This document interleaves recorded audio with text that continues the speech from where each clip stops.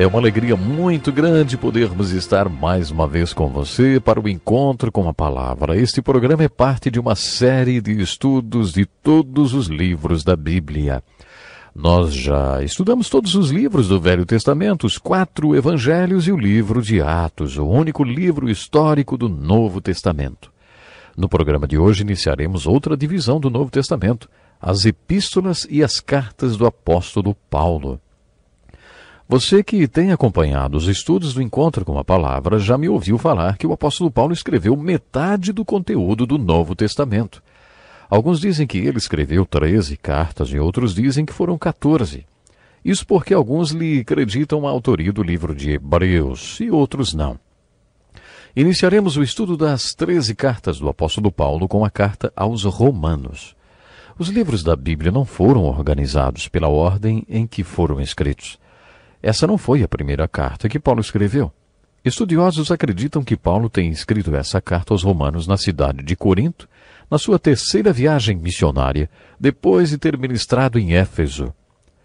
Examinando o conteúdo da carta, logo percebemos que essa carta foi escrita no final do seu ministério, quando Paulo já era maduro e muito experiente.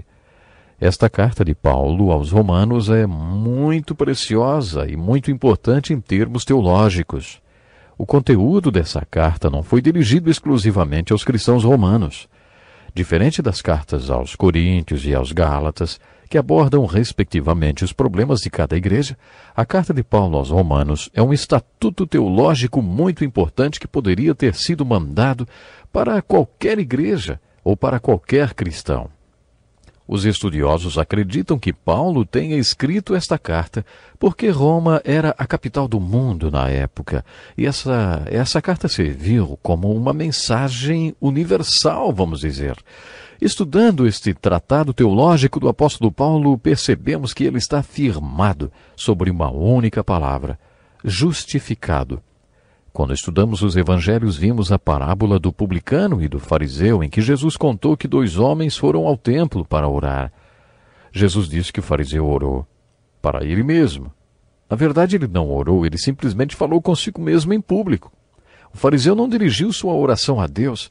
Ele falou para quem quisesse ouvir na sinagoga que ele era um grande homem. Ele jejuava 2 vezes por semana, dava o dízimo de tudo que possuía e que era feliz por não ser principalmente como aquele outro homem, o publicano. Ele agradeceu a Deus por não ser como aquele outro homem. O segundo homem, o publicano, também foi ao templo orar, mas ficou no cantinho, lá no fundo, escondido. Ele nem levantava seus olhos ao céu, só batia no seu peito, o que era uma atitude de humilhação e contrição, e dizia: Deus, tem misericórdia de mim, porque sou pecador. Jesus disse que este segundo homem foi para casa justificado. Foi a primeira vez que esta palavra apareceu no Novo Testamento.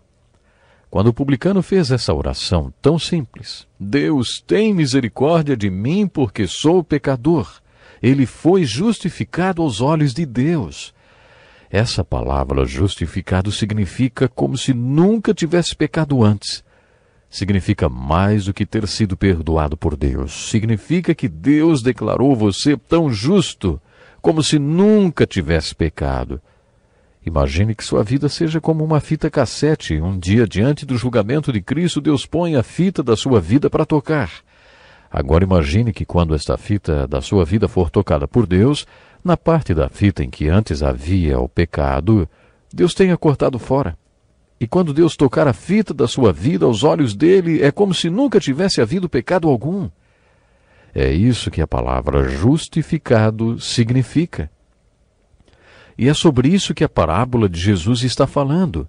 Jesus estava anunciando as boas novas para todo homem e toda mulher, para os jovens e crianças que, se fizerem essa simples oração: Deus, tem misericórdia de mim, que sou pecador, poderá ser declarado justo ou justificado. O apóstolo Paulo, em sua carta aos Romanos, conta como Deus trabalha este milagre em nossas vidas.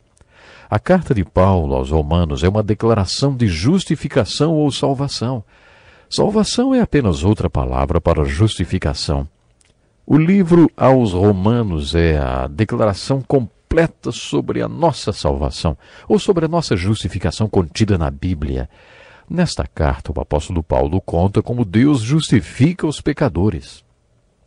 Para ilustrar um pouco mais esta palavra, imagine dois homens que tenham sido condenados por crimes. Os dois foram mandados para a penitenciária por 20 anos. Depois de cumpridos 12 anos, um deles é solto. Ele volta à sociedade como qualquer outro cidadão, mas sempre tem sobre ele o estigma de ser um ex-presidiário. Isso limita o seu ajustamento à sociedade, é claro. O outro homem tem uma experiência totalmente diferente. Depois de cumprir 12 anos de pena, alguém no seu leito de morte confessa ser o autor do crime pelo qual ele foi condenado. Acontece outro julgamento, e todas as evidências revelam que esse homem, na verdade, era inocente. E agora? Será que a justiça o inocentará? Ele não pode mais ser inocentado. Ele, na verdade, não fez nada errado.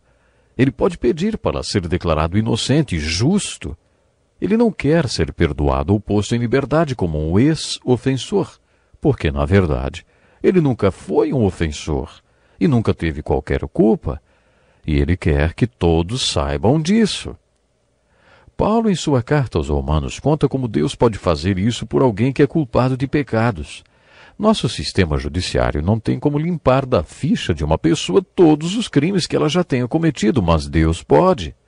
Na carta de Paulo aos Romanos, Paulo conta como Deus faz isso. Há 16 capítulos na carta de Paulo aos Romanos. Todos eles sustentam uma mesma argumentação. A sua tarefa será ler o livro de Romanos de uma vez só e tentar determinar qual é essa argumentação. Prestou atenção no que eu disse? Você tem uma tarefa, é ler o livro de Romanos de uma vez só e tentar determinar qual é essa argumentação. Será importante que você descubra qual é ela. Não dá para fazer isso enquanto assiste televisão. Desligue a TV e concentre-se. Faça isso e peça que o Espírito Santo o ajude. Com a ajuda do Espírito Santo e muita concentração, você poderá determinar qual é o argumento desse livro, Romanos. Afinal, qual é a mensagem central que ele traz? Para que possamos determinar qual é a argumentação dessa carta, vamos dividir os 16 capítulos em partes. A primeira parte compreende os 4 primeiros capítulos e fala sobre como a justificação se relaciona com o pecador. Nessa parte, o Espírito Santo, através do apóstolo Paulo, mostra claramente que todos somos pecadores. Bom, só seremos declarados justos depois de sermos declarados pecadores. A segunda parte compreende os 4 capítulos seguintes, começando pelo capítulo 5 e indo até o 8º, que relacionam a justificação com o justificado. Depois que Deus declara que somos justos, como se nunca tivéssemos pecado, como você encara a vida? Quando Deus declara que somos justos, o mundo espera que você viva de maneira justa e correta. Deus espera que você viva assim. Mas como podemos viver corretamente? Como podemos viver como pessoas justificadas? Essa é a mensagem da segunda parte da carta aos Romanos. Nestes 4 capítulos, através do Espírito Santo, Paulo trata das lutas travadas nessa tentativa de viver uma vida justa no poder do Espírito Santo. Dos capítulos 9 a 11, Paulo relaciona a justificação com todo o mundo e com Israel. Estes capítulos são os 3 mais importantes da Bíblia na questão referente a esta profecia bíblica. Quando estudamos as profecias, nos perguntamos o que pode acontecer. Perguntas como: Deus tem um plano de consumação da história da humanidade? São impossíveis de ser evitadas essas perguntas. Deus tem um plano de consumação da história? Esses 3 capítulos tratam desta questão. Já estudamos os profetas e vimos que Deus realmente tem um plano. Há vários séculos os profetas têm nos falado sobre ele. Os apóstolos também falam sobre os planos de Deus para a consumação da história da humanidade nas epístolas do Novo Testamento. 3 dos mais importantes capítulos sobre este assunto são o 9, o 10 e o 11 da carta aos Romanos. Neles, Paulo fala que Israel é a chave para o que vai acontecer no mundo. Se você quiser saber o que vai acontecer no mundo, de acordo com as profecias bíblicas, mantenha seus olhos em Israel. Nestes 3 capítulos, Paulo fala que Israel é um exemplo de eleição, de que Deus escolhe pessoas para serem salvas. Se você acha que não é assim, porque isso não seria justo, responda-me o que você faz com o Velho Testamento. É basicamente sobre disso que o Velho Testamento fala. O Velho Testamento nos conta que havia muitas nações na história antiga, mas Deus escolheu apenas uma. Deus escolheu o povo de Israel para ser o seu povo, o povo escolhido, e para a salvação. Eles são uma ilustração nas Escrituras da doutrina de eleição, do fato de que Deus escolhe quem vai ser salvo. Mas acontece que nestes mesmos 3 capítulos, Romanos 9, 10 e 11, Paulo mostra que Israel retrata nas Escrituras a questão do livre-arbítrio, da livre escolha. Isso também é verdade porque Israel escolheu não ser escolhido. Israel rejeitou Jesus Cristo e rejeitou a salvação. Paulo também fala sobre isto nestes 3 capítulos. Ele conta que para castigar e punir os judeus por terem rejeitado o Messias, desde então Deus voltou-se para o mundo não judeu. Paulo conta que Deus salvou um número suficiente de gentios para castigar Israel pela rejeição do Messias. Em Romanos 11, 26, lemos que Deus vai se voltar outra vez para os judeus e que todo Israel será salvo. Todo Israel será novamente salvo. Que profecia tremenda, hein? Isso significa que se você ficar atento a Israel, observará 2 retornos. Um retorno geográfico de Israel para a sua terra, o que nós presenciamos agora nos nossos tempos. As profecias do Velho Testamento referentes a este retorno foram cumpridas na nossa geração, na Terra Santa. Mas os profetas que fizeram essas profecias sobre o retorno geográfico de Israel também profetizaram o retorno de Israel para Deus. Nos capítulos 9, 10 e 11 da carta aos Romanos, Paulo profetiza o retorno espiritual de Israel para o seu Deus. O retorno para a sua terra já aconteceu. Bom, nós temos que encerrar o programa de hoje, mas quero desafiá-lo a ser um estudante das profecias bíblicas. Isso é importante. Até o próximo programa.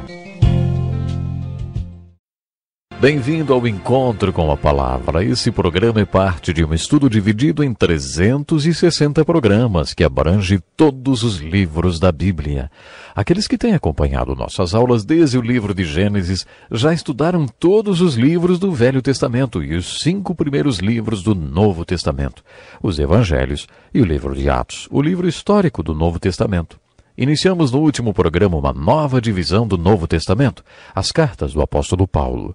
No último programa tivemos uma visão geral da carta de Paulo aos Romanos e comentamos sobre a doutrina central ensinada por Paulo nesse livro, ou seja, a justificação.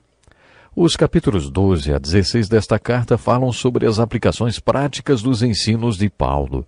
Existe um padrão nesta carta que descobriremos juntos. Cada uma das cartas de Paulo divide-se em 2 partes. A primeira parte refere-se ao ensino propriamente dito, a segunda, à aplicação. Primeiro temos a doutrina e depois a parte prática. Uma carta de 6 capítulos terá 3 dedicados ao ensino e 3 à aplicação. Às vezes a carta poderá ter 3/3 dedicados ao ensino e 1/3 à aplicação. Observe que essa divisão nas cartas de Paulo é constante. A aplicação começa sempre com a palavra portanto. Quando você encontrar esta palavra em uma de suas cartas, pare e observe por que esta palavra está lá. Geralmente a palavra portanto introduzirá a seção prática da carta. É como se, enquanto Paulo estivesse dando uma palestra, alguém perguntasse, e daí, Paulo? E então Paulo dissesse, e daí? Eu vou dizer o que muda para você. É nesse momento que encontramos a palavra portanto. É o início da parte dedicada à aplicação do seu ensinamento. No programa anterior, falamos que a carta de Paulo aos Romanos pode ser dividida em 4 partes. Hoje vamos enfocar a primeira parte, dos capítulos 1 a 4, onde Paulo fala sobre o conceito de justificação para um pecador. A primeira coisa que Paulo fala é que todos somos pecadores. Uma vez ouvi a história de um pastor de uma igreja anglicana de uma região nobre de Londres. Uma menina de rua foi parar no seu escritório, bateu a porta e, Quando ele abriu, ficou espantado ao ver aquela menininha mal vestida na sua frente. Ela lhe disse: Pastor, minha mãe está morrendo e ela quer que o senhor a faça entrar. O pastor respondeu: Desculpe, eu não entendi. A menininha repetiu: Ela está morrendo, pastor, e quer que o senhor a faça entrar. O pastor decidiu ir com a menina até a mãe dela. Eles foram e, se distanciando daquelas ruas chiques, acabaram parando num sobrado muito pobre, numa rua até perigosa. Quando ele chegou onde estava a mulher, encontrou uma ex-prostituta morrendo por causa de uma tuberculose. O pastor a cumprimentou e ela disse: Pastor, o senhor pode me fazer entrar? Ele perguntou: Onde? E ela respondeu: No céu, pastor, eu estou morrendo. O pastor ficou meio sem saber por onde começar e resolveu falar sobre Jesus como o mestre, sobre seus ensinos e sobre o sermão da montanha. Ela o interrompeu e disse: Pastor, isso não é para mim. Ele engoliu seco e recomeçou falando sobre os exemplos de moral de Jesus, sobre como ele viveu, e de novo ela interrompeu e disse: Pastor, onde eu entro nisso tudo? Finalmente o pastor começou a dizer que Jesus veio aqui porque Deus amou o mundo de tal maneira que mandou seu único filho como salvador para os pecadores, para que eles se arrependam. A mulher sorriu e disse: agora sim, isso é para mim. Fale mais, pastor, agora sim, isso é para mim. Ele continuou até mostrar a ela o caminho para o céu. O livro de Romanos é dirigido aos pecadores e aos que sabem que são pecadores.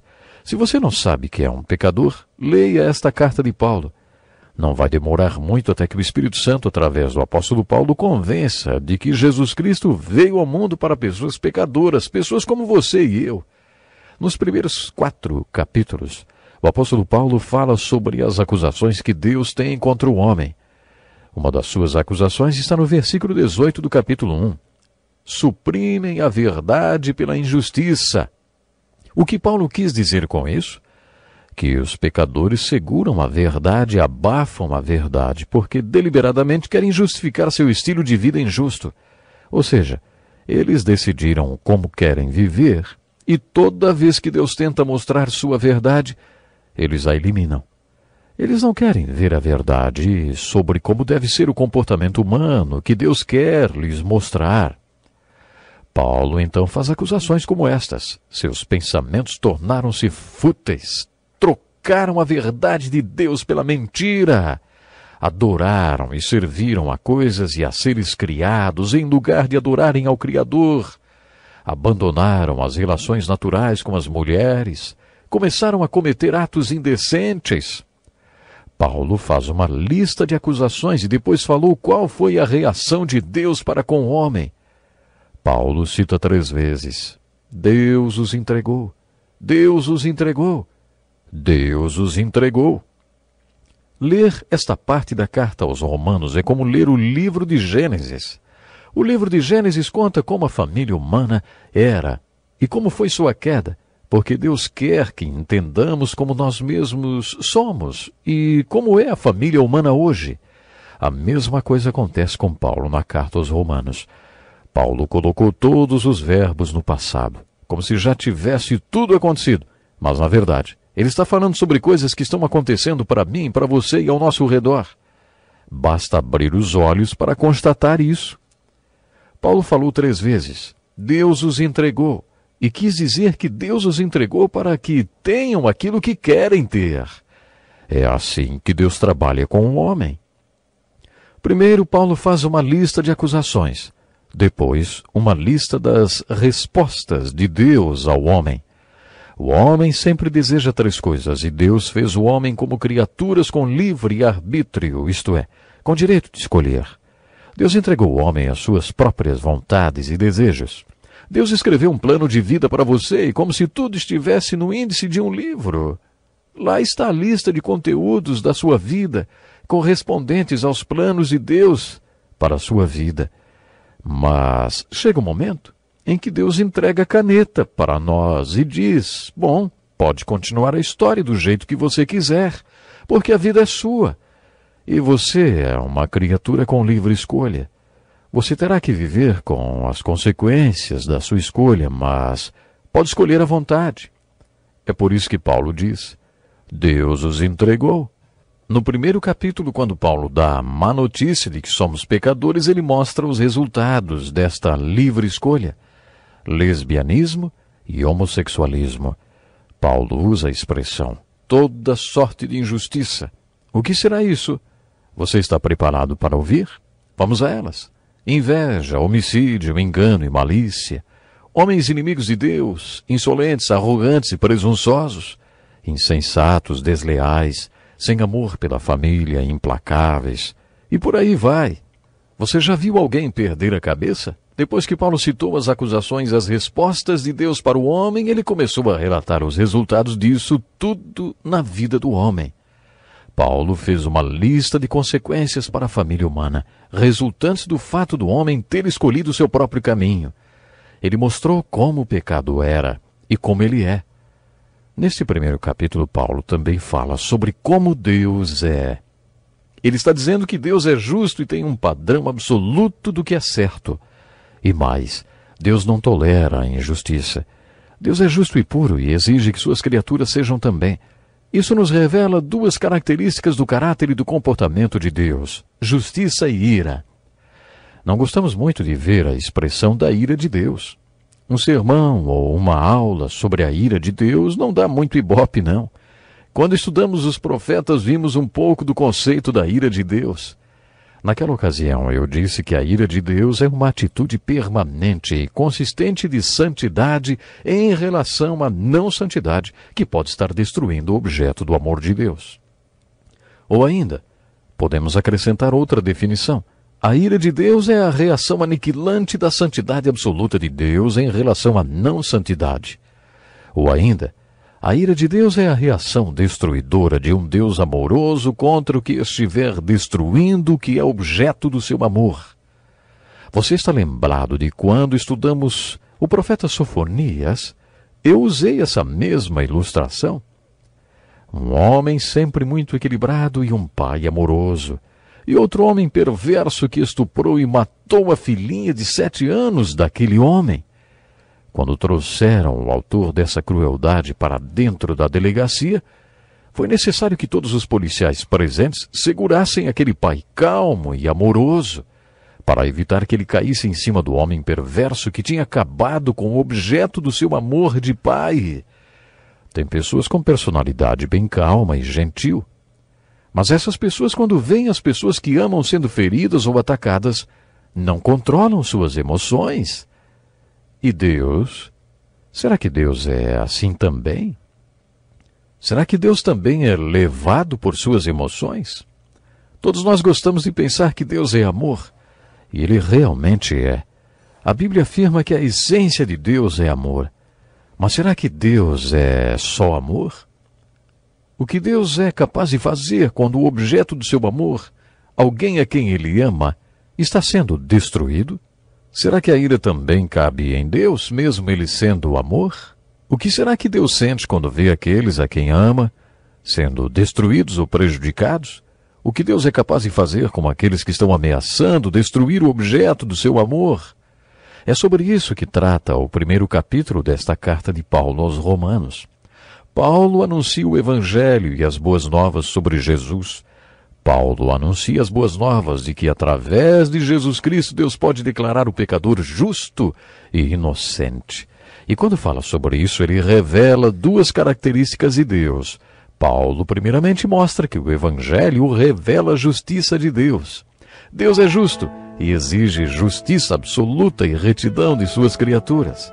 Deus condena a injustiça e o pecado.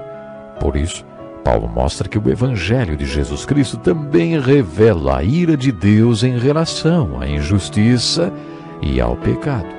No primeiro capítulo da carta aos Romanos, Paulo mostra que a família humana não é justa nem é reta. Essa é a acusação de Deus contra o homem.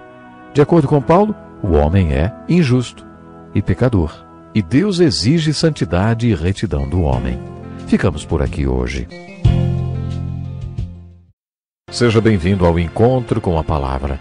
Esse programa é dedicado ao ensino prático da Palavra de Deus. Estamos estudando o livro mais importante do mundo, e esse estudo é conduzido por 3 perguntas básicas. Qual é o conteúdo deste livro? Qual é o significado deste conteúdo? E o mais importante, qual é o significado dele para a minha vida? Isto é, como vou aplicá-lo na minha vida? A mensagem da carta aos Romanos não é específica para os romanos. Ela é uma mensagem universal para todos os discípulos de Jesus Cristo de todo o mundo e de todos os tempos.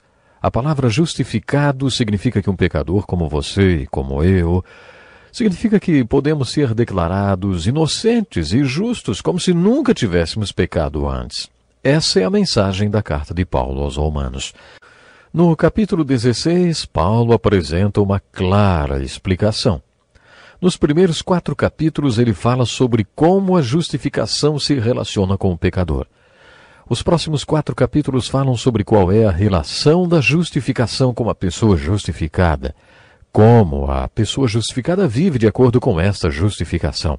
Nos capítulos de 9 a 11, Paulo relaciona a justificação com o mundo inteiro através de Israel. Os últimos 5 capítulos da carta aos Romanos, do 12 ao 16, ele explica quais são as lições práticas da justificação no nosso dia a dia. Os primeiros 8 capítulos de Romanos são a parte mais teológica de toda a Bíblia, sendo que os primeiros 4 capítulos dão as más notícias e os outros 4 dão as boas novas. Vou tentar resumir o conteúdo deles. Nos primeiros 4 capítulos, as más notícias servem como um veludo preto sobre o qual o joalheiro expõe seus diamantes. A Bíblia sempre faz isso. Depois de dar as más notícias, o veludo preto serve como pano de fundo sobre o qual os diamantes brilham e se destacam. As más notícias que Paulo dá referem-se às acusações de Deus contra o homem. Paulo faz uma lista dessas acusações e depois apresenta a reação de Deus para com o homem. Paulo conta que Deus entregou os homens, desistiu deles, deixou o homem seguir o seu próprio caminho e suas próprias escolhas. Deus nos fez criaturas com liberdade de escolha. Por isso podemos dar continuidade à nossa história do jeito que quisermos. É claro que colheremos as consequências de tudo, comeremos o banquete dessas consequências.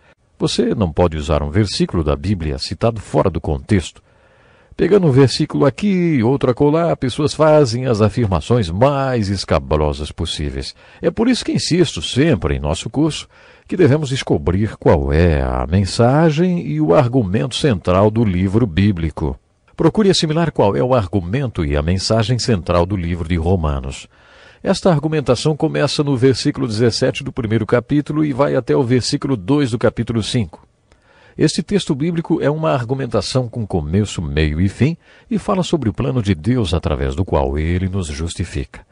Quando Paulo chega ao versículo 1 do capítulo 5, ele resume tudo o que falou nos 4 primeiros capítulos. As palavras portanto ou pois, conforme a tradução da Bíblia que você usa, inicia uma argumentação a mais no seu texto. No capítulo 5, Paulo diz: tendo sido, pois, justificados pela fé, temos paz com Deus por nosso Senhor Jesus Cristo, por meio de quem obtivemos acesso pela fé a esta graça, na qual agora estamos firmes. Pela fé em Cristo somos justificados e refeitos como se nunca tivéssemos pecado. Este é o resumo dos primeiros 4 capítulos da carta aos Romanos. O nosso desejo e objetivo é representarmos a Deus e a Cristo sem cairmos. Mas será que conseguimos isso? De acordo com a Bíblia, só com a graça de Deus. A palavra graça vem do grego charis, e a atuação da graça nas nossas vidas é denominada carisma. Você precisa do carisma, você precisa da graça para conseguir ficar em pé e não cair. Pela fé em Cristo somos justificados e temos paz com Deus, mas pela fé em Cristo também temos uma outra coisa. Temos a graça de vivermos uma vida que glorifique a Deus. É sobre isso que Paulo vai falar nos próximos 4 capítulos. Na metade do capítulo 5, Paulo começa a falar como as pessoas que já foram declaradas justas podem viver de maneira que agrade a Deus e viver como se fossem pregadoras de um sermão que poderia ser intitulado Os Quatro Reis. O primeiro rei mencionado por Paulo é o rei pecado. Paulo diz que o pecado entrou e abundou, ou sobrou no mundo. Isso quer dizer que o pecado reinou. Paulo estava contando como o mundo era e ainda é hoje. O pecado entrou no mundo. Paulo não tem um discurso filosófico sobre por que o pecado entrou no mundo. Ninguém sabe responder às perguntas: ei, de onde veio o pecado? E por que Deus permitiu o pecado? Só sabemos que o pecado está aqui. Paulo nos diz que o pecado entrou e ainda entra e sobra a qualquer hora. O pecado é conquistador. O pecado não veio para coexistir com o homem, mas ele veio para conquistar e derrotar o homem. Por isso Paulo diz que o pecado entrou e abundou, ou sobrou e reinou. Depois, Paulo afirma que logo atrás do pecado veio outro rei, o rei morte. Quando Paulo fala em morte, ele se refere às consequências do pecado. Em Romanos 6,23 ele diz que o salário do pecado é a morte. Neste versículo, morte significa o banquete de consequências que o pecado sempre traz com ele. E as consequências são sempre más e levam à morte. Por isso, a qualquer hora que o pecado entrar na sua vida, ele sobra e entra para reinar. E aí pode estar certo de que as consequências vão vir. Essas consequências entrarão na sua vida, sobrarão e reinarão, porque o pecado é conquistador. Estas são as más notícias. Mas depois de anunciar as más notícias, Paulo anunciou as boas novas. E as boas novas são que existe um terceiro rei que entra na sua vida, sobra, e o seu nome é Jesus Cristo. Os dois primeiros reis são a má notícia. O rei Jesus é a boa nova. Jesus veio ao mundo, sobrou, e quando terminou tudo o que tinha para fazer, o rei Jesus conquistou. O rei Jesus reinou sobre o pecado naquela cruz. Jesus bradou na cruz: está consumado. Ele quis dizer que não havia mais nada que precisasse ser feito pela nossa salvação. Tudo já havia sido cumprido. O rei Jesus reinou sobre a morte. Ele conquistou a morte, ressuscitando no terceiro dia. Paulo ainda fala sobre o quarto rei. O rei você. Você entra em Cristo pela fé, você sobra em Cristo pela fé. Jesus Cristo disse: eu vim para que tenham vida e a tenham em abundância.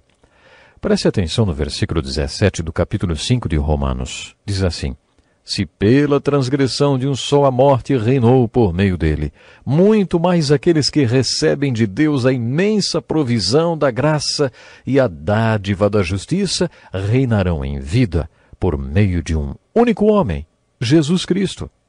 Em outras palavras, é possível que você se torne um conquistador e entre em Cristo pela fé, de forma que sobre em Cristo e então reine em vida através de Cristo. Paulo dá as más notícias. O rei pecado é vencedor e destrói sua vida. A consequência do pecado é a morte. As boas notícias são: Jesus Cristo é vencedor. Ele foi conquistador e é ainda hoje. Ele reina e você pode entrar nele de forma que reine através dele. Você pode ser vencedor. Essa é a mensagem dos capítulos 5, 6, 7 e 8 da carta de Paulo aos Romanos. Paulo, entretanto, não ignora a luta que envolve tornar-se vencedor em Jesus Cristo. Nos capítulos 7 e 8, ele fala sobre 4 leis espirituais. Se você quer aprender a ser vencedor e conquistador através de Cristo, precisa aprender essas 4 leis espirituais. No final do capítulo 7, Paulo menciona a primeira lei espiritual, a lei de Deus, que se refere às Escrituras.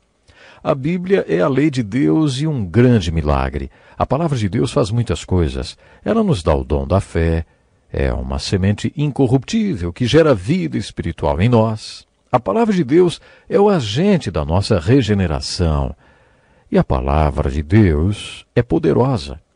No capítulo 7, Paulo afirma que a lei de Deus revelará outra lei nas nossas vidas, a lei do pecado e da morte, o que significa a lei do pecado e suas consequências.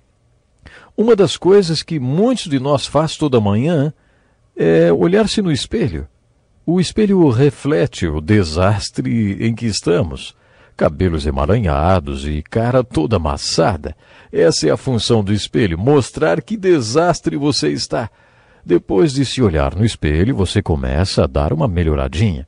Essa é a função do espelho, mostrar o desastre que você está, para que você possa dar uma melhorada antes de sair e enfrentar as pessoas. O primeiro capítulo do livro de Tiago também fala sobre isso e diz que a palavra de Deus é como um espelho. Uma das funções da palavra de Deus é nos mostrar o desastre em que estamos. A palavra de Deus é nosso espelho espiritual. Conheço um pastor que há muitos anos foi pregar no Japão. Naquela viagem, pregou para um grupo de mulheres numa região rural chamada Takamasho. Uma das mulheres teve uma palavra muito esclarecedora. Já faz uma hora que estamos aqui estudando as Escrituras e ouvindo a palavra de Deus. Assim como a luz entra por essa janela e revela sujeira nos seus vidros, a palavra de Deus está me mostrando a sujeira na minha vida e me faz sentir tão miserável que estou quase arrependida de ter vindo aqui e de ter trazido todas essas mulheres comigo. Ela estava realmente tocada, porque a palavra de Deus estava revelando o pecado que ela tinha na sua vida. Enquanto ela falava, o pastor orava, pedindo uma palavra do Senhor para ela.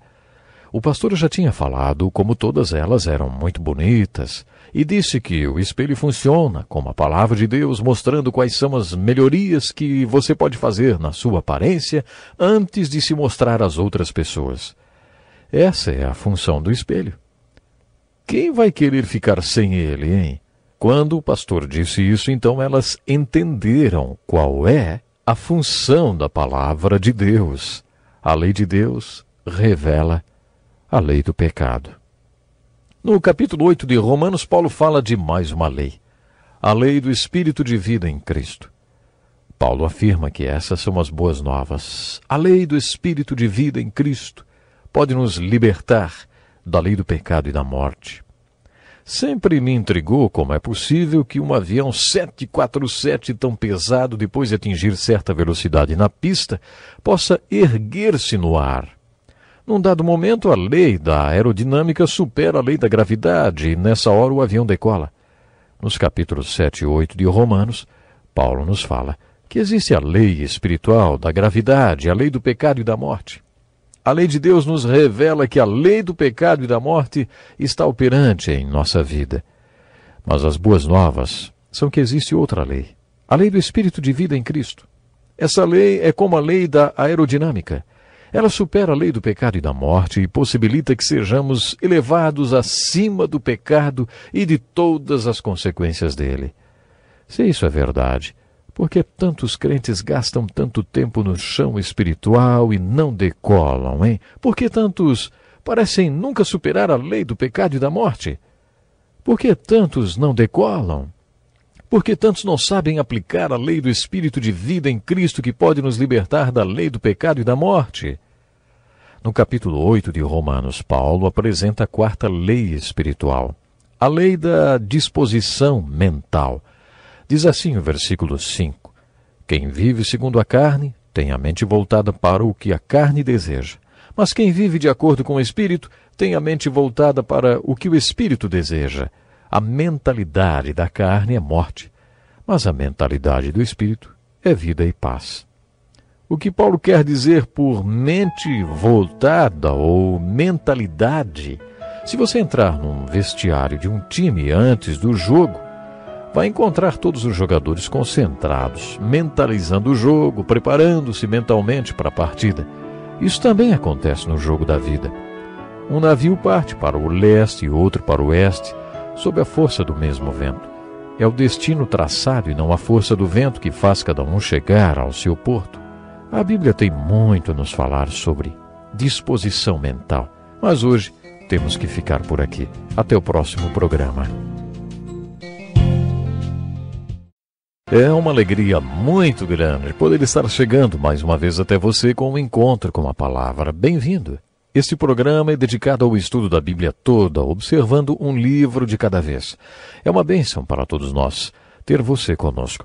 Nossa oração é para que o Espírito Santo fale com você nesse tempo em que estaremos juntos. Em nosso último programa fizemos algumas considerações sobre alguns versículos que estão entre os mais importantes de toda a Bíblia.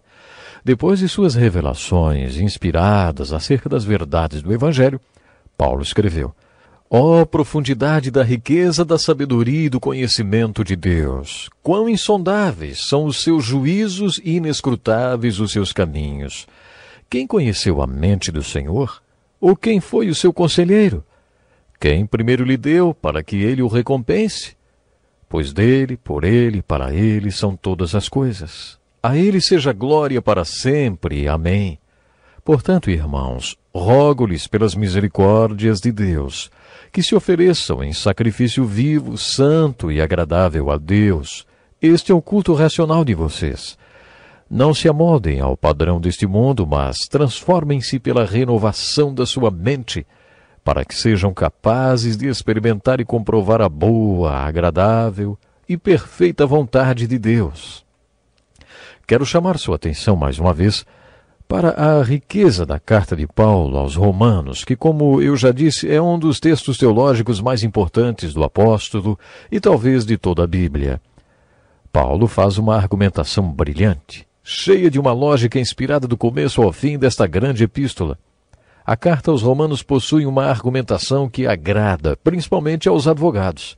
Sabe por quê? Se você conhece algum advogado e gostaria de falar da Bíblia e de coisas espirituais com ele, comece por esta epístola. Esta carta usa a mesma forma de raciocínio de um advogado quando está preparando um dossiê.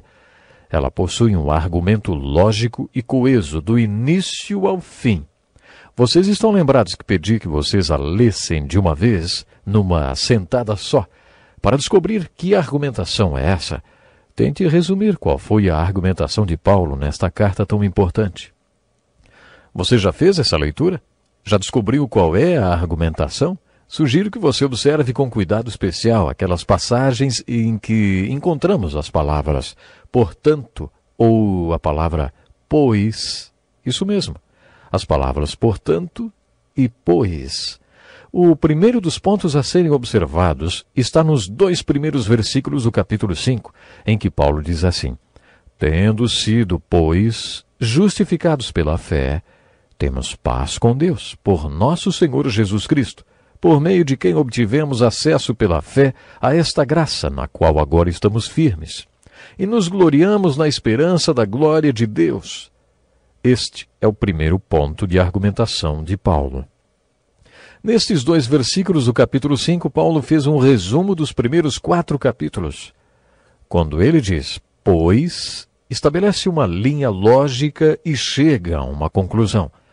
Ele afirma, tendo sido, pois, justificados pela fé, temos paz com Deus, por nosso Senhor Jesus Cristo. Isso resume os primeiros 4 capítulos e introduz a segunda parte da sua argumentação. Através de quem, falando de Jesus, obtivemos acesso pela fé a esta graça na qual agora a graça ou o carisma na qual estamos firmes e nos gloriamos na esperança da glória de Deus. Este ponto da carta de Paulo inicia a segunda parte da epístola que compreende os capítulos 5, 6, 7 e 8, nos quais Paulo fala sobre os 4 reis: Rei Pecado, Rei Morte, Rei Jesus e Rei Você. A mensagem é a seguinte: Jesus é vencedor e você também pode ser vencedor. Esta é a mensagem da segunda parte desta carta. Como uma pessoa justificada vive de acordo com esta justificação? Como alguém que já foi declarado inocente e justo, essa é a verdade. Essa pessoa vive corretamente. Ela se firma naquilo que é certo dentro de um mundo de pecado. Mas como uma pessoa justificada pode ficar firme num mundo de pecado? Ela precisa saber que existem 4 reis. E esta parte finaliza um outro ponto. No final do capítulo 7 e no início do capítulo 8, observamos outro ponto da argumentação de Paulo. O terceiro Paulo começa a falar sobre as 4 leis espirituais. A lei de Deus, ou a palavra de Deus, que revela a existência da lei do pecado e da morte, ou as consequências do pecado. Quando Paulo chega ao capítulo 8, ele dá as boas novas a respeito da terceira lei espiritual, a lei do Espírito de vida em Cristo Jesus, que pode nos libertar da lei do pecado e da morte e das consequências do pecado. Esse é um novo ponto desta carta que podemos chamar de santificação, porque Paulo está dizendo como ter uma vida separada para seguir a Jesus Cristo. Tudo fica muito prático no capítulo 8, em que Paulo fala sobre voltar a mente ou ter uma disposição mental. A mente que é voltada para as coisas da carne resultará em obras da carne, mas a mente que é voltada para o Espírito frutificará os frutos do Espírito. Esta é a 4ª lei espiritual, a lei da disposição mental, e ela é prática. Esta lei faz toda a diferença entre ficar firme com Deus, vivendo de maneira que o glorifique, ou cair e não viver uma vida que glorifique a Deus.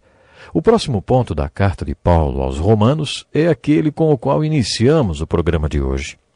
Depois dos primeiros 4 capítulos em que falou sobre o que Deus é, o que Deus exige, o que Deus condena, o que Deus sabe, o que Deus fez e o que quer fazer, depois de anunciar as boas novas de salvação de maneira tão tocante e nos falar sobre como podemos viver como pessoas justificadas, Paulo fala sobre Israel e sobre o plano de Deus para a consumação da história humana centralizada em Israel.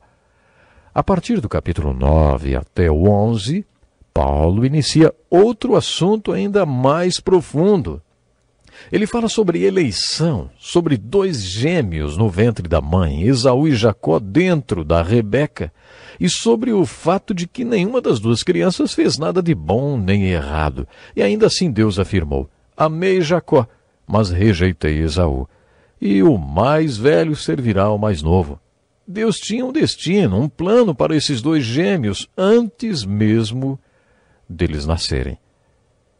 Este é um assunto teológico pesado e difícil de ser aceito por algumas pessoas. Chegamos a ter um certo sentimento de que Deus deveria ter nos consultado antes, porque isso não parece justo. No final desta divisão, Paulo relaciona a justificação não para o pecador ou para o salvo, sim, mas para o mundo inteiro e para Israel. Depois de Paulo ter compartilhado verdades tão profundas, ele conclui esta divisão dizendo assim, ó profundidade da riqueza, da sabedoria e do conhecimento de Deus! Quão insondáveis são os seus juízos e inescrutáveis os seus caminhos! Quem conheceu a mente do Senhor? Ou quem foi seu conselheiro? Quem primeiro lhe deu para que ele o recompense? Pois dele, por ele, para ele são todas as coisas.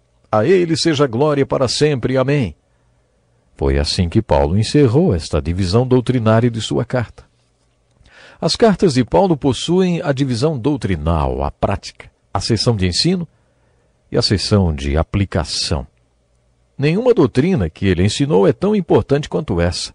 Ele conclui sua doutrina do capítulo 1 até o 11 de sua carta aos Romanos, chamando a atenção para o fato de que a sabedoria e o conhecimento de Deus são absolutamente infinitos. Ele finaliza sua divisão de ensino com uma doxologia muito bonita, na qual relembra que Deus não precisou que ninguém fosse seu conselheiro quando decidiu que faria tudo isso.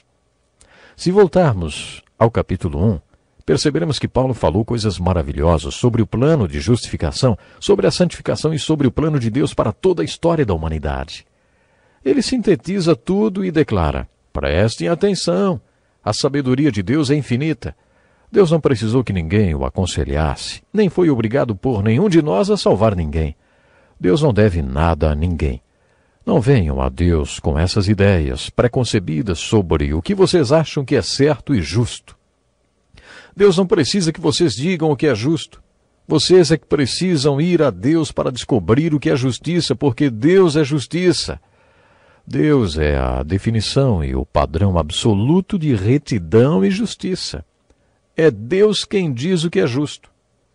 Essas palavras de Paulo me dão a mesma sensação que tenho quando estou dentro de um avião e o piloto deixa a porta da sua cabina aberta. Fico fascinado pensando em como os aviões voam. Sou completamente ignorante sobre mecânica. Para o meu próprio bem e dos outros passageiros no avião, nunca precisei entender nada de todos aqueles botões lá no painel de controle. Eu não preciso entender nada daquilo para voar num avião de um lugar para outro, porque a tripulação entende. Quando as Escrituras falam sobre eleição, por exemplo, que Deus escolheu Jacó e não escolheu Esaú, que Deus escolheu Israel e não escolheu Edom ou qualquer outra nação, é como se Deus deixasse a porta da sua cabine um pouquinho aberta. Ele não espera que entendamos tudo. Ele simplesmente nos deixa ver um pouquinho através da porta entreaberta, para que espiemos um pouquinho de como Ele tem feito o trabalho dele. E aquilo que Deus quer que entendamos, Ele deixa bem explicado. Em Deuteronômio 29:29, Moisés afirma que as coisas encobertas pertencem ao Senhor, ao nosso Deus, mas as reveladas pertencem a nós e aos nossos filhos para sempre. Deus deixou mandamentos nas Escrituras que não são complexos nem complicados. Eles são bem claros. Não tente entender as coisas secretas. Junte-se a Paulo e adore a Deus com essa doxologia do capítulo 11, versículo 33. Adore a Deus por sua sabedoria inescrutável. Observe a conclusão dessa doxologia no versículo 36. Pois dele, por ele, para ele são todas as coisas. A ele seja glória para sempre. Amém. Portanto, e aí está a palavra portanto, mais uma vez.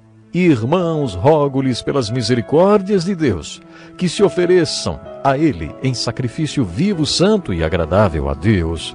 Esse é o culto racional de vocês. Ao final desta obra doutrinária, Paulo fez 3 declarações a respeito de Deus. Ele diz que Deus é a fonte de todas as coisas. Uma observação muito profunda, pois dele são todas as coisas. Infelizmente, nós precisamos ficar por aqui agora, mas no próximo programa tem mais. Até lá. Seja bem-vindo ao Encontro com a Palavra. Estamos estudando a carta de Paulo aos Romanos e terminamos nosso último programa com as palavras com que Paulo encerra a divisão de ensino da carta aos Romanos e inicia a divisão prática da carta. Portanto, irmãos, rogo-lhes pelas misericórdias de Deus que se ofereçam em sacrifício vivo, santo e agradável a Deus. Este é o culto racional de vocês. Não se amoldem ao padrão deste mundo, mas transformem-se pela renovação da sua mente, para que sejam capazes de experimentar e comprovar a boa, agradável e perfeita vontade de Deus. Nossas prioridades mudam com o passar dos tempos. Quando somos jovens, temos muita energia para queimar em todo tipo de coisa. Mas quando ficamos mais velhos ou se ficamos doentes, as energias diminuem. Ore e peça a Deus sabedoria para usar sua energia, porque ela um dia vai diminuir, hein? Conheço um pastor que, por causa de uma doença, de uma deficiência grave, sofre de fadiga crônica. Por isso ele tomou uma decisão que deve ser nossa também. Não quero usar minha energia em nenhum projeto que não venha de Deus, que não tenha o poder de Deus e que não seja para a glória de Deus. É assim que devemos estabelecer nossas prioridades. Se Deus não for a fonte de um projeto, eu não vou querer me entregar a Ele, porque eu, de mim mesmo, não tenho energias para levá-lo adiante. Se por trás desse projeto não existir o poder de Deus, eu não posso me entregar a Ele, porque eu, de mim mesmo, não tenho poder para executá-lo. Se o propósito deste projeto não for a glória de Deus, eu não quero me entregar a Ele, porque a vida é preciosa para mim. Isso não deveria ser real apenas para os que estão doentes ou velhos. Isso deveria ser verdade para todos que se consideram discípulos de Jesus Cristo. Foi isso que Paulo falou. Se ofereçam em sacrifício vivo, santo e agradável a Deus. Este é o culto racional de vocês. Depois vocês devem orar pedindo que Deus seja a fonte de tudo para o que vocês se entregarem. O poder por trás de tudo a que vocês se entregam E o propósito de tudo para o que você se entrega é o Senhor. E precisa ser o Senhor. Você acha que existe esse negócio de vontade de Deus para a sua vida? Você acha que Deus se importa com a sua personalidade? Você acha que Deus tem um plano para a sua vida? De acordo com as Escrituras, Deus se importa com sua personalidade. Tanto no Velho como no Novo Testamento, a Bíblia afirma que Deus é pessoa. Tanto no Velho como no Novo Testamento, Deus é nosso pastor. No Novo Testamento, Deus é nosso Pai. A Bíblia nos ensina a aclamarmos Abba Pai, que significa meu paizinho. De acordo com o Novo Testamento, devemos ter um relacionamento pessoal com Deus. As Escrituras afirmam que Jesus sabe até quantos são os fios de cabelos da nossa cabeça. Ele nos conhece pessoal e individualmente. No Salmo 139, um dos meus salmos preferidos, Davi conta que Deus já conhecia todos os dias das nossas vidas antes mesmo de termos nascido. Você acredita nisso? O apóstolo Paulo acreditava. Inspirado pelo Espírito Santo, Paulo afirmou que pôde ver, na prática, como é bom o plano de Deus para as nossas vidas. É um grande engano achar que Deus vai acabar com sua vida se você se entregar a Ele. Deus não é chato. Muita gente acha que entregar-se para Deus é certeza de acabar no lugar que mais temia estar. Eu acreditei nisso durante muito tempo. A pior coisa para mim seria viver numa floresta. Durante anos achei que se eu me entregasse para Deus, teria que viver numa floresta pelo resto dos meus dias. Não acredite nessa grande mentira. A Bíblia afirma que a vontade de Deus é boa. Na verdade, a Bíblia diz que a vontade de Deus é perfeita. A Bíblia afirma que, no que se refere a você, a vontade de Deus é boa e perfeita. É a única coisa que Deus aceita para a sua vida. Deus deu a você dons e talentos e quando você submete o seu plano para a sua vida a Deus, Deus o examina e analisa os dons e talentos que deu a você e às vezes Ele diz, aceito. Em outras vezes Deus diz, rejeitado. Eu não posso permitir isso na sua vida. Sabe por quê? Porque existe a vontade de Deus para a sua vida que é boa, agradável e perfeita. E o mais importante de tudo isso é que você pode ficar sabendo qual ela é. Neste texto, Paulo conta como podemos saber qual é a vontade de Deus para nossas vidas. De acordo com Paulo, para conhecer a vontade de Deus para a nossa vida, devemos seguir 3 passos. Primeiro, estar centrado em Deus. Foi isso que Paulo quis dizer com a doxologia no final do capítulo 11. Conscientize-se de que Deus é fonte de tudo, o poder por trás de tudo e o propósito para tudo. Por isso você deve estar centrado em Deus. O segundo passo para conhecer a vontade de Deus para a sua vida é comprometer-se com Deus. Você precisa submeter sua própria vontade à vontade de Deus.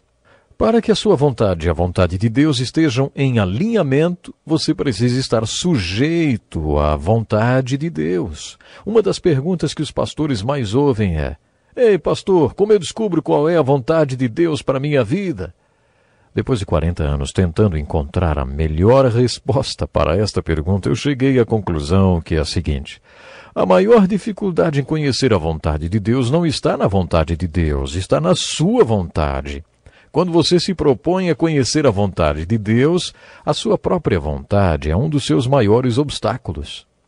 João, no capítulo 7, versículo 17, deixou registrado o seguinte princípio de Jesus: se alguém decidir fazer a vontade de Deus, descobrirá. Eu acredito nisso.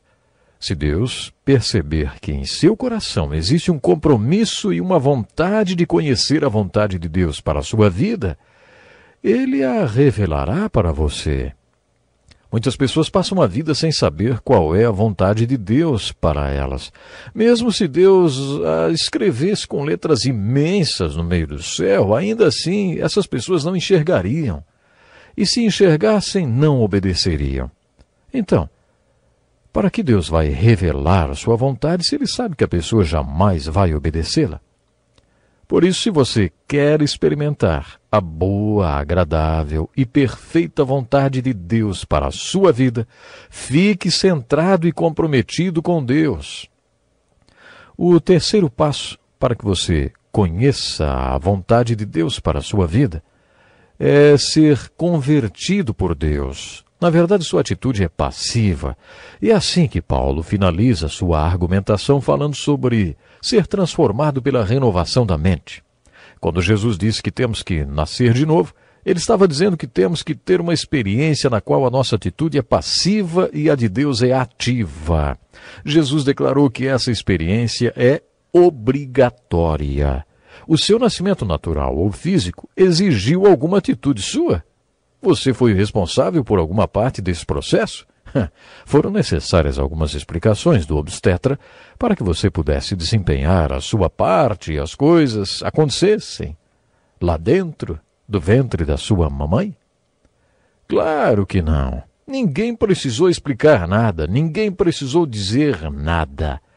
Não houve nenhuma atitude sua, não. Durante o seu nascimento, sua participação foi passiva. Ele simplesmente aconteceu para você. Ou seja, você nasceu. Podemos dizer a mesma coisa em relação ao nascimento espiritual. Quando Paulo nos orienta a estarmos centrados em Deus, ele está nos desafiando a exercer um papel ativo, a submeter nossa vontade a Deus. Isso é uma coisa que você escolhe fazer. Mas tem uma parte na qual a participação de Deus é crucial. Mas transformem-se pela renovação da sua mente. Sabe, os caminhos de Deus não são os seus caminhos, e os pensamentos de Deus não são os seus pensamentos. Existe uma grande diferença entre a maneira como você pensa e faz as coisas e a maneira como Deus pensa e faz as coisas. Isaías, no capítulo 55, diz que essa diferença é imensa. Como os céus são mais altos do que a terra, também os caminhos do Senhor são mais altos do que os nossos caminhos. Por isso, para chegar a conhecer a vontade de Deus para a sua vida, você precisa antes ter passado por uma experiência, a renovação da sua mente. Você terá que ser transformado pela renovação da sua mente. Então você verá quais são os pensamentos de Deus para você e como Deus quer trabalhar em você e através de você.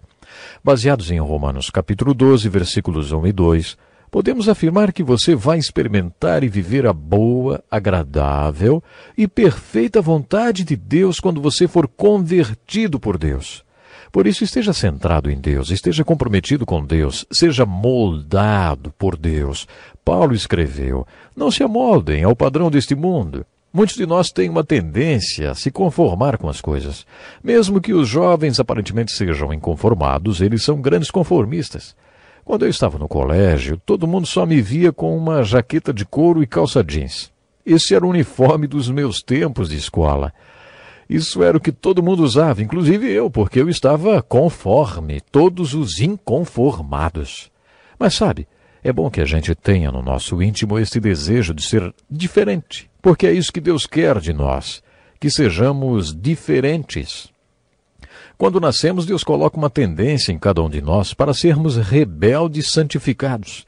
Em outra tradução da Bíblia, ao invés de amoldar, a palavra usada foi conformar. A ordem de Paulo foi assim traduzida: não vos conformeis com este século.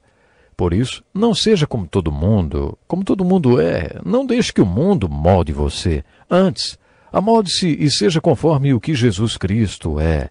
Ele pode fazer com que você se amolde à vontade de Deus para a sua vida. Isso fará de você um inconformado com o mundo e com os valores deste século. Depois de fazer essa aplicação, Paulo apresenta um novo ensinamento que resumi e parafraseei dessa maneira: seja confirmado em Deus. No capítulo 12, Paulo continua falando sobre os dons espirituais. Veremos mais sobre esse assunto na carta de Paulo aos Coríntios, principalmente no capítulo 12.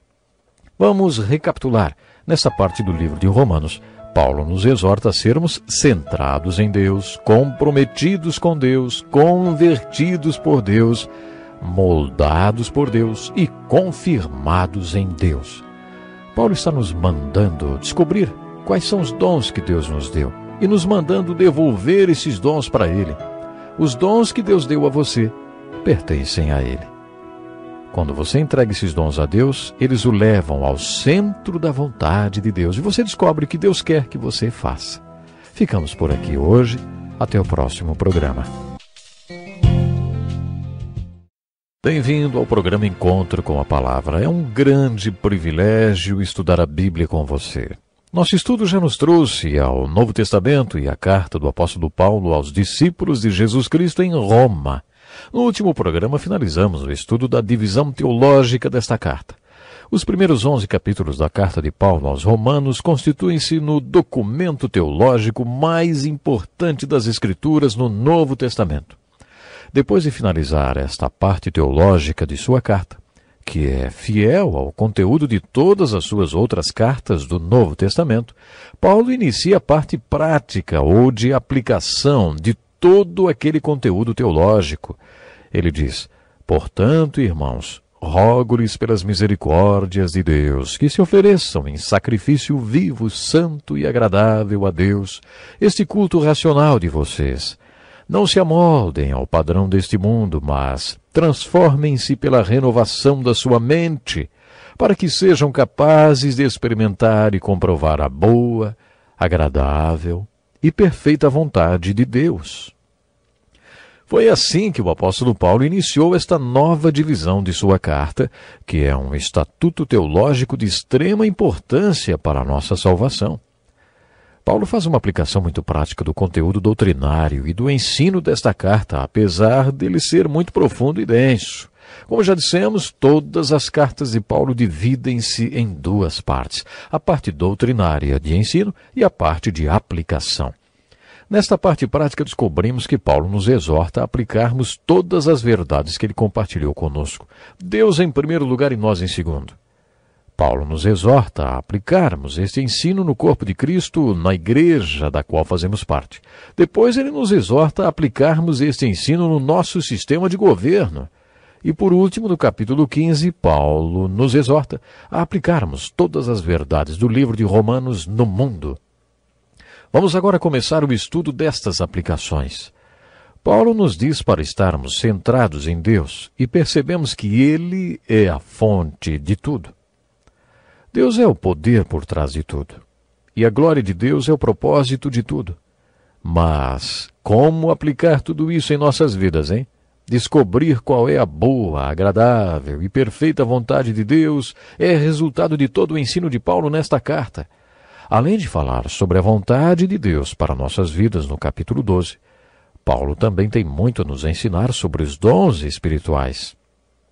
Ele listou vários dons, e na sua carta aos Coríntios deu mais detalhes sobre esse assunto.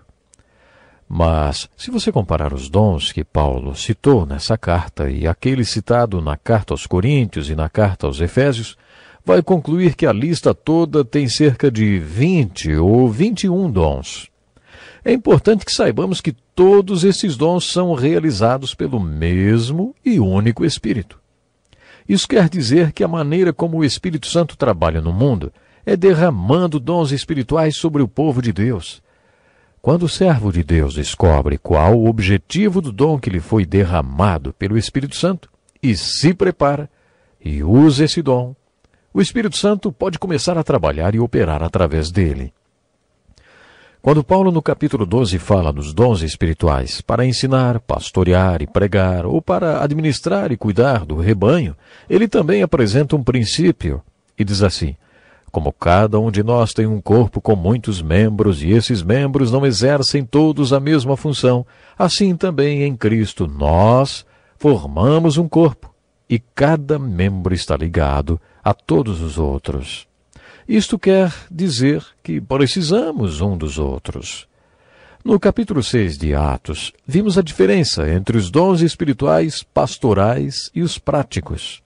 As pessoas com o dom espiritual prático cuidam da administração da igreja, e aquelas que têm o dom pastoral dedicam-se exclusivamente à oração e à ministração da palavra. Você está lembrado do momento em que ocorreu esta separação de trabalho na igreja de Atos? Deus abençoa aquela decisão. Não importa qual seja o seu dom, busque desenvolvê-lo para que você possa se juntar a pessoas com dons diferentes do seu. Se você possui o dom de ensino, dedique-se totalmente a ele e não queira fazer o trabalho de administração. Se você é o pastor da igreja ou um professor da escola bíblica, Da escola dominical. Sabe que outras pessoas dentro da igreja são dotadas do dom para cuidar dos negócios da igreja. Cuide de desenvolver o seu dom de ensino e de exercer aquilo para o que foi capacitado.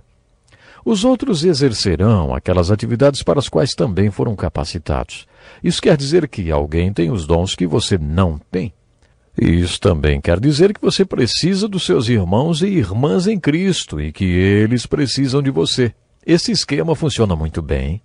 No capítulo 12 de Romanos, Paulo nos exorta a aplicarmos todas as verdades ensinadas nesta carta na nossa igreja, ou onde nos congregamos como parte do corpo de Cristo. Neste capítulo, Paulo está dizendo: agora vamos colocar o amor em prática. Não estou me referindo ao amor fingido. Não estou falando desse amor só de palavras. Vamos praticar o amor verdadeiro entre nossos irmãos. Por isso precisamos ser verdadeiramente puros. Faça secar aquela parte em você que é má e desenvolva o que é bom. Vamos buscar um verdadeiro arrependimento no corpo de Cristo. O arrependimento tem uma parte muito importante dentro do ensino das Escrituras. Como pecadores que somos, como já aprendemos no início da carta aos Romanos, teremos sempre momentos de arrependimento. Nesta divisão prática do capítulo 12, Paulo afirma assim: ninguém tenha de si mesmo um conceito muito elevado do que deve ter, mas, ao contrário, tenha um conceito equilibrado, de acordo com a medida da fé que Deus lhe concedeu. A humildade é uma virtude cristã sempre bem cotada entre os apóstolos. Paulo demonstrou isso nesta passagem do capítulo 12. Depois, Paulo falou sobre unidade. Hoje em dia, o ecumenismo, ou movimento ecumênico, tem sido muito comentado. O ecumenismo é a ideia de reunir em uma só denominação todas as religiões. Uma das ideias que sustentam o ecumenismo é o fato de que todos fazemos tudo do mesmo jeito. Isso pode ser uniformidade, mas não significa unidade. Às vezes nos fixamos no fato de que ninguém crê em nada mesmo e, portanto, fica mais fácil unir o mundo. Ninguém mais acredita no que acreditava antes e por isso fica fácil unir todo mundo. Mas o ecumenismo do qual Paulo fala nessa carta, esse é um ecumenismo verdadeiro, baseado no fato de que todos somos membros da mesma família, todos somos um em Cristo e membros de uma única família. Quando Paulo disse, dediquem-se uns aos outros com amor fraternal, ele se referiu à afeição verdadeira que existe entre irmãos. Vamos viver em harmonia uns com os outros? A seguir ele disse, compartilhem o que vocês têm com os santos em suas necessidades. E Paulo ainda cita a hospitalidade como um dom espiritual. Hospitalidade significa mais do que ser hospitaleiro. No original grego significa buscar ou perseguir as pessoas com amor. Essa é uma parte muito prática da aplicação de Paulo. Paulo falou também sobre ter uma mesma atitude uns para com os outros. Nunca lhes falte o zelo, sejam fervorosos no espírito, sirvam ao Senhor. O apóstolo Paulo sabia quais eram as suas prioridades e, por isso, servia ao Senhor com zelo. Acho que tem muita gente que diz, já fiz milhões de coisas, mas não levei nenhuma delas a sério. Tentamos fazer um monte de coisas e acabamos não fazendo nada. Foi isso que Paulo quis dizer com nunca lhes falte o zelo, sejam fervorosos no espírito, sirvam ao Senhor. Depois Paulo falou sobre ter a motivação verdadeira, sobre testemunho, oração e fé. Eu não disse que a aplicação que Paulo fez era muito prática, apesar da parte de ensino ser teologicamente muito densa, a partir do capítulo 12, a carta de Paulo aos Romanos torna-se muito prática. A aplicação do Evangelho nesta carta enfatiza a vida cotidiana. No capítulo 14, Paulo fala sobre como podemos aplicar as verdades da carta aos Romanos no corpo de Cristo, do qual somos membros. Você já deve ter ouvido que viver com os santos no céu será uma glória, mas viver aqui na terra com aqueles que conhecemos aí é outra história. Neste capítulo descobrimos que Paulo nunca tinha ido à igreja em Roma, mas conhecia as pessoas daquela igreja e sabia que havia muita discussão entre seus discípulos. Aquelas discussões sobre alimentação, assunto muito importante entre os cristãos da igreja primitiva, estavam em alta por lá. A questão era saber se os gentios deveriam manter a lei judaica em relação à alimentação ou se os judeus convertidos ao cristianismo deveriam continuar das leis de Moisés referentes à comida. Isso virou um problema sério quando gentios e judeus passaram a conviver na igreja. Eles tinham que chegar a um consenso para poderem conviver uns com os outros. Também havia discussões quanto a guardar o 7º dia da semana. Os judeus acreditavam que o sábado deveria ser separado para a adoração a Deus e para o descanso. Deus falou através dos 10 mandamentos que queria um dia do nosso tempo.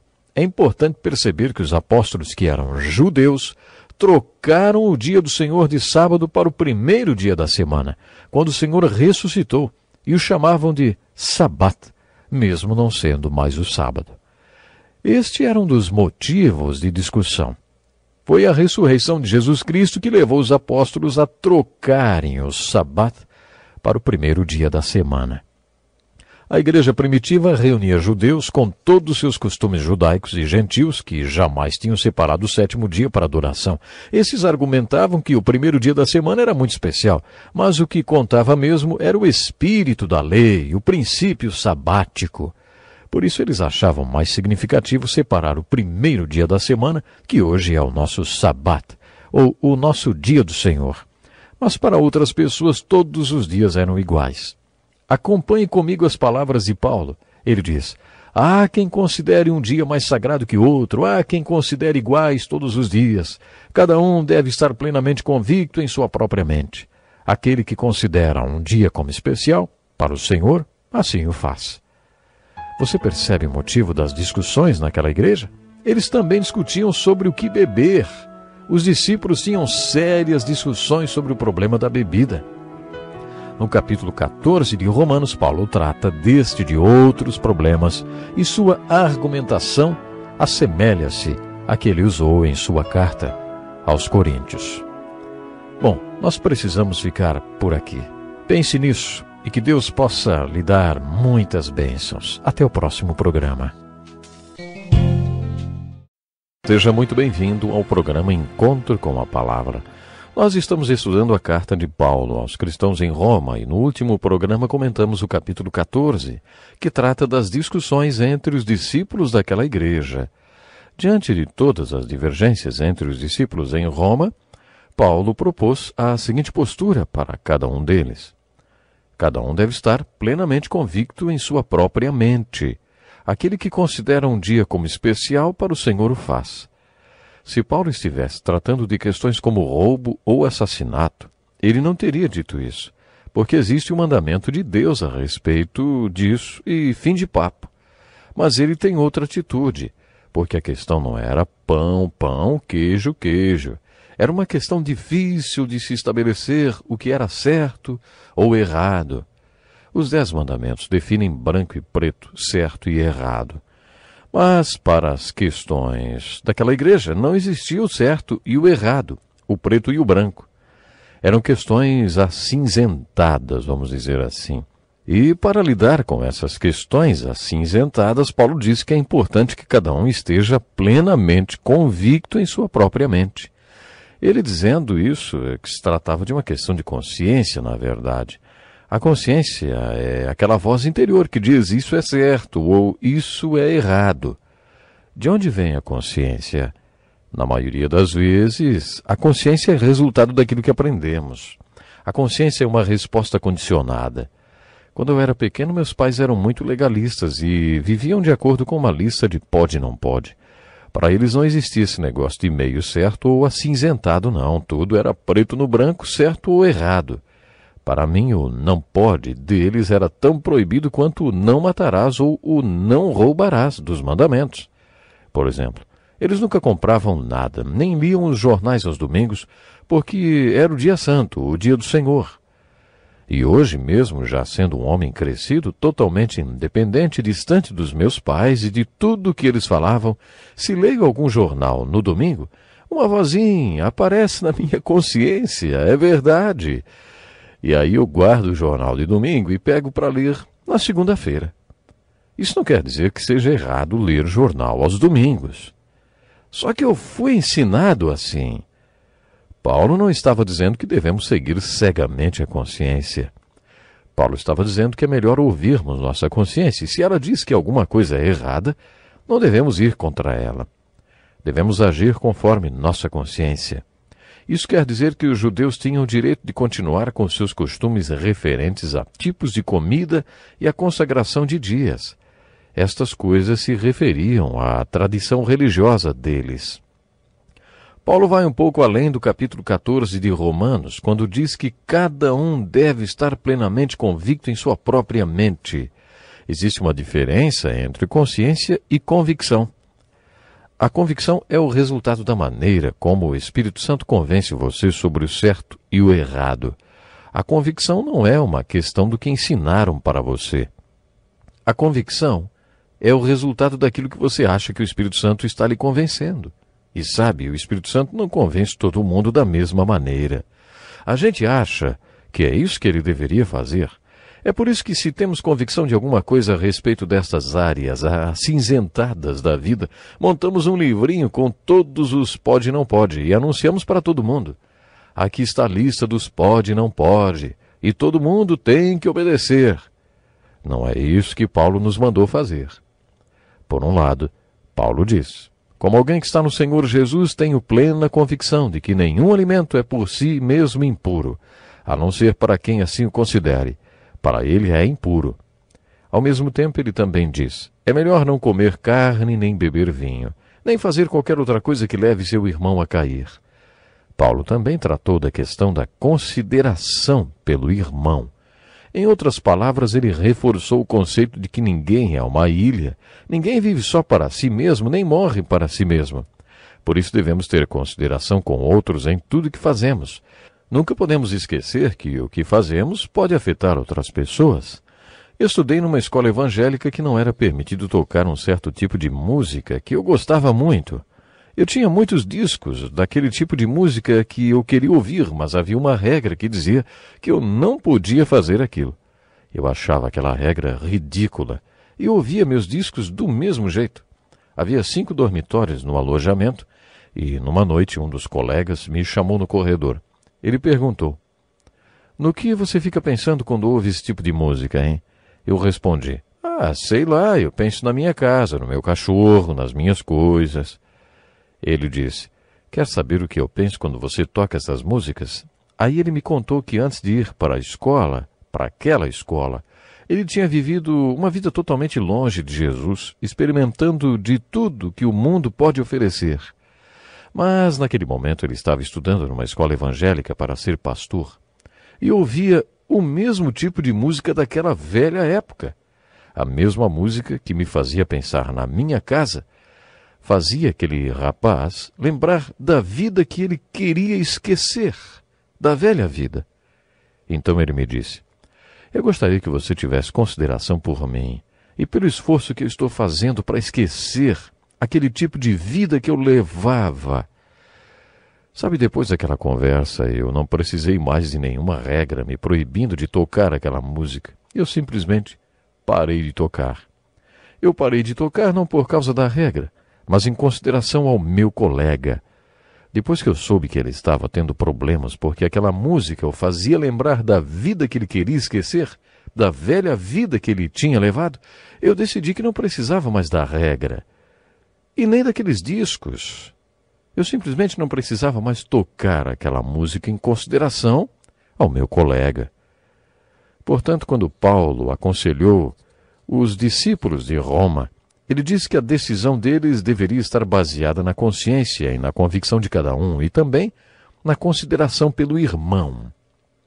Mesmo que seu irmão esteja errado, mesmo que baseado na sua consciência e convicção, você não vê problemas em algo que seu irmão considere errado, de acordo com Paulo, mas a questão não é mais do que é certo ou do que é errado. A questão é: você ama ou não ama o seu irmão, hein? A sua atitude não pode causar a queda dele. Você deve fazer de tudo para que seu irmão cresça e se fortaleça na fé. Preste atenção no conselho de Paulo para resolver aquelas discussões. Se o seu irmão se entristece devido ao que você come, você já não está agindo por amor. Por causa da sua comida, não destrua seu irmão. Por isso, Paulo estava dizendo que a solução daquelas discussões e divergências deveria estar baseada também no amor. Nos capítulos 12 e 14, Paulo falou muito sobre como aplicar todas as verdades contidas nesta carta dentro do corpo de Cristo. No capítulo 13, Paulo fez aplicação dessas verdades no relacionamento com as autoridades, isto é, com o governo. Todos os discípulos devem entender muito bem qual é a relação deles com o governo, com as autoridades. Você está lembrado do que Jesus disse quando foi interpelado a respeito do pagamento de impostos? Deem a César o que é de César e a Deus o que é de Deus. Com isso aprendemos que Deus nunca nos pedirá aquilo que é de César. Não teremos nenhum problema com isso. Mas, algumas vezes, César nos pedirá aquilo que é de Deus, e aí não poderemos satisfazê-lo. Em outras palavras, existe tempo de obediência civil e tempo de desobediência civil. É importante que o discípulo de Jesus esteja pronto para saber se posicionar nessas situações. Digamos que você hoje não esteja satisfeito com o governo em algumas questões. Muita gente não está, não? Existem muitas questões polêmicas, como, por exemplo, a questão do aborto. O que fazer nesse caso? Será que devemos criar leis que forcem aqueles que não são crentes a viverem de acordo com os nossos valores? Muita gente acha que sim, mas não é assim que se resolve o problema. Não podemos esperar que pessoas que não temem a Deus tenham valores espirituais. Essas pessoas têm valores humanísticos e não espirituais. O que podemos esperar delas? Na grande comissão, Jesus ordenou: vão e façam discípulos. Ele não disse: vão e criem leis para que todos vivam como cristãos. Só que tem muita gente pensando assim.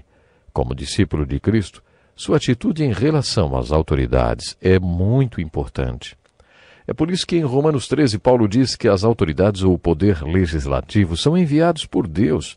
Não há autoridade que não venha de Deus. E aqui Paulo estava falando dos soldados romanos e diz que se você quer livrar-se do medo da autoridade, então você deve praticar o bem.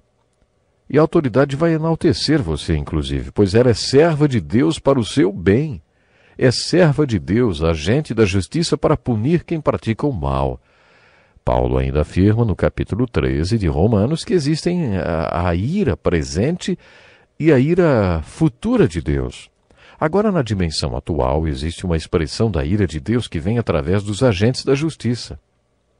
É por isso que o ímpio não vive solto para fazer tudo o que lhe vem à cabeça, impedindo que outros vivam em paz e que tenham uma vida ordenada.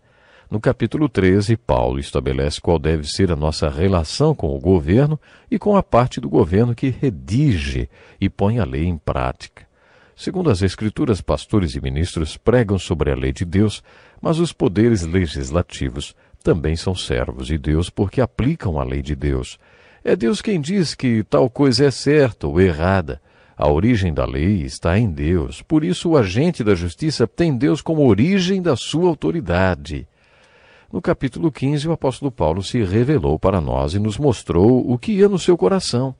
Paulo tinha todo mundo no seu coração, e isto está claro no capítulo 15. Em Atos vimos que Paulo tinha uma obsessão para ir para Roma. Mas no capítulo 15 de Romanos, ele falou sobre a Espanha. Visto que há muitos anos anseio vê-los, planejo fazê-lo quando for à Espanha. Sua visão ia além de Roma. Ele estava contando com o apoio dos romanos para que pudesse ir à Espanha e alcançar aquele país com o Evangelho. No capítulo 15 de Romanos, Paulo fez uma tremenda declaração. Ele afirmou que tinha pregado o Evangelho em todas as regiões, começando em Jerusalém e arredores até Ilírico, e que não havia mais lugar dentro daquela região que não tivesse ouvido o Evangelho de Jesus Cristo. Isso é impressionante. Ele fazia tudo o que podia para anunciar o Evangelho a todos. O capítulo 16 revela como o coração de Paulo estava voltado para o mundo. Ele tinha o Evangelho no seu coração e a visão para alcançar o povo perdido deste mundo. Leia atentamente os capítulos 15 e 16 e veja como Paulo aplicou as verdades contidas nesta carta na sua própria vida. O desafio que se coloca para você e para mim é aplicar estas verdades na nossa própria vida. Vamos ficando por aqui. Até o próximo programa.